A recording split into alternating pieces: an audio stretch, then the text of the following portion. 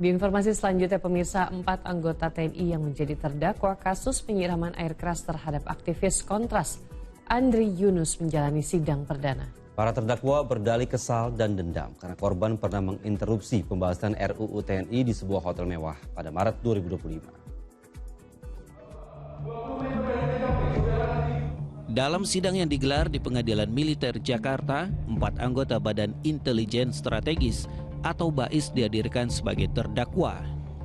Mereka adalah Letnan 1 Samilaka, Letnan 1 Budi Haryanto, Kapten Nandala Dwi Prasetyo, dan Sersan 2 Edi Sudarko. Semuanya ditetapkan sebagai terdakwa kasus penyiraman air keras terhadap aktivis Kontras Andri Yunus. Dalam sidang, auditor militer menjelaskan keempat terdakwa kesal dan dendam karena Andri Yunus pernah menginterupsi pembahasan rancangan Undang-Undang TNI di sebuah hotel mewah. Sudah kita dengarkan bersama-sama apa dakwaan auditor, yaitu subsidiaritas, pasal 469, 468, dan pasal 467. Tadi hak-hak terdakwa sudah juga disampaikan oleh Ketua Majelis, apakah akan mengajukan eksepsi atau tidak, dan ternyata tidak. Untuk sidang berikutnya di tanggal 6 Mei 2025 kita akan ke tahap pembuktian dengan menghadirkan para saksi sebagaimana tadi yang telah disampaikan dalam surat dakwaan, yaitu ada 8 orang saksi. Menjalankan fungsi pengawasan sebagai masyarakat sipil. Kami menolak adanya pembahasan di dalam.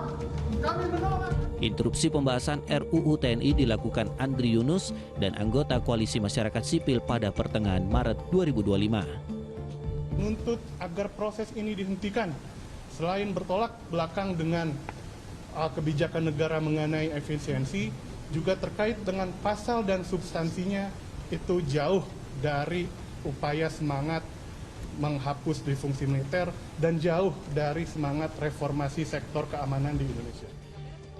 Penolakan inilah yang dijadikan alasan para terdakwa untuk menyiram air keras ke Andri Yunus di kawasan Salemba, Jakarta Pusat. Akibatnya korban mengalami luka bakar hingga 24% dan kehilangan fungsi penglihatan mata di bagian kanan. Koalisi Masyarakat Sipil mengecam aksi yang dilakukan anggota TNI terhadap Andri Yunus. Mereka juga menolak jika para terdakwa disidangkan di pengadilan militer. Sebaliknya mereka meminta agar para terdakwa disidangkan di pengadilan umum sebab sidang pengadilan militer dianggap sebagai upaya memutus kasus ini hanya terhenti pada terdakwa tanpa mengungkap aktor intelektualnya. Waluyo Adi Susanto melaporkan dari Jakarta.